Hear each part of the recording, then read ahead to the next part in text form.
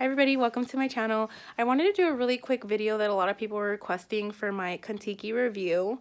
So for those of you who don't know, Contiki is the group that I pretty much backpacked through Europe with. It's for solo travelers or travelers, small groups that are 18 to 35. And they have trips all over the world. The one I went on was a Winter European Discovery, which went through about 9 countries, which was the UK, it was Belgium, Amsterdam, Germany, Italy, Austria, Switzerland, and France. I feel like I'm forgetting, the Vatican as well, which is considered its own country in Rome. I am going to go ahead and start with what I didn't like about my trip, and then I'll go ahead and go forward to what I did like about my trip. So things that I didn't like were, two of the things that stood out to me the most were there was a huge hotel mix-up. You know, when you go to check out for your trip, it asks you for all these add-ons. If you want to add a day before, add a day after the trip. I decided to add a day before the trip, which was at the Crown Royal Hotel. And so I was told the day before that I wouldn't have to leave my room because I had the same type of room.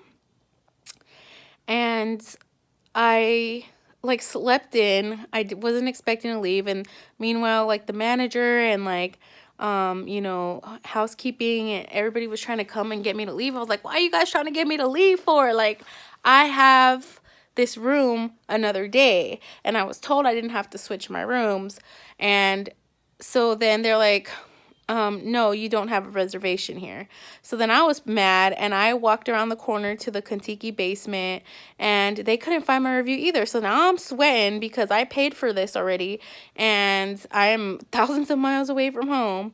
And they finally found my reservation, and it was down the street for the second day at the Imperial Hotel, which is about a 5-minute walk away. So it was just so inconvenient that I paid to have that extra day beforehand for convenience, but then I had to go back up to my room, pack all my stuff, and walk to the other hotel, which is about a 5-minute walk. And then I had to go in the next morning from the Imperial Hotel back to the Crown Royal, Royal Crown, whatever hotel, because that's where the coach is, where everybody loads up and where we leave from.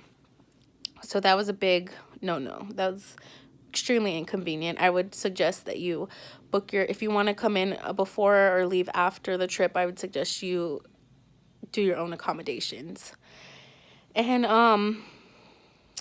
I would say that, you know, they said that they include London in there, but they really just do a small night walk. I flew into London a few days before, so I had a chance to really explore the city, do all the touristy stuff you can do. And I would suggest that you do that wherever your starting or ending city is. If you want to spend more time in depth there, I would suggest that you do that on your own time and come in a few days earlier, leave a few days after. Another big red flag for me, or something I just didn't like, was that Belgium was listed on the countries that we were supposed to go to. And we only stayed there for really about an hour. I had time to eat some Belgian waffles and some Belgian chocolate, and then we left. And it was on the list of countries that we were, you know, that we're paying to go to. I would have really liked to spend more time there. I felt like it was really misleading to even include that on the list because it made it seem like we were going to be there for a while.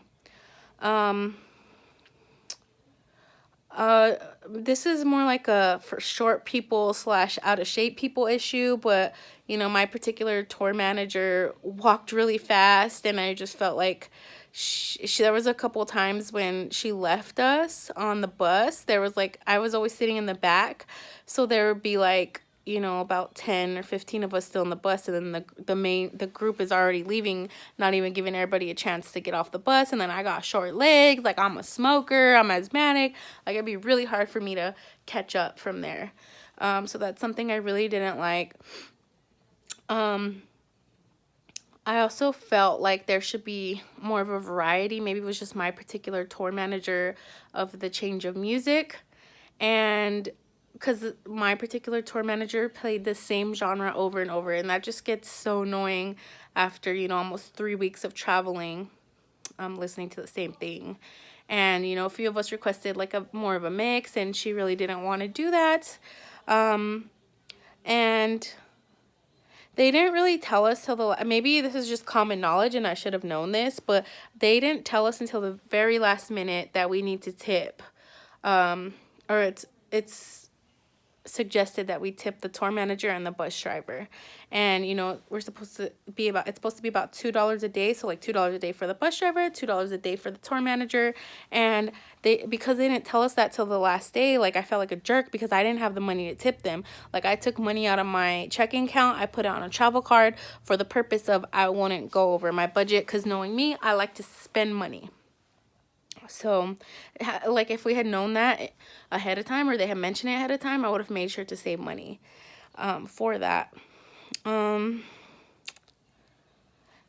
I'm not sure if I mentioned this already, but in Amsterdam, they didn't tell us about a sex show that they have. It's one of the add-ons that I just don't like, that they don't advertise us or tell us about it. You know, it's not weird or taboo in Amsterdam. It's like what you're supposed to do when you're in Amsterdam. It's not freaky or anything to them. It's only about 32 euros. But the fact is, they did not tell us about that. So for someone like me who was working with an extremely tight budget, it would have been very helpful to know about it ahead of time. And I guess they really just don't want to mention it because they want to keep it parent friendly, and they want to like have the parents pay for the trips for their kids or whatever. So that's why they don't mention it.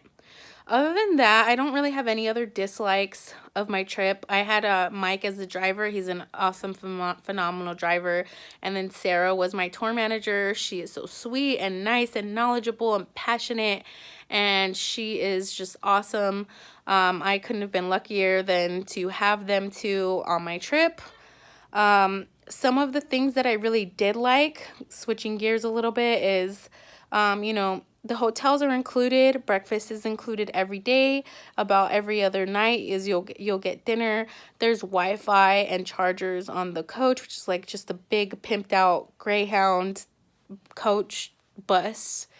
I also like the security of it because, you know, I do travel alone a lot, but it's kind of like overwhelming and daunting going to another country when you're not going with anyone else. So, it was definitely like put a lot of my friends and family's mind at ease instead of me just jumping on the URL and going by myself. And it also just made things a lot easier, because like not only were you not alone, but they drive you from place to place. So you don't have to worry about getting off or not speaking the language or anything like that. They're going to take you there. And they tell you about, like, you know, the history, the culture, what to eat. They give you like suggestions on where to go, and and you're around people, like you make friends. Like for me, I went by myself. I had no one else to go with. I made friends. We're all about the same age, so, you know, I would definitely give my entire trip a 4.5 out of 5 stars.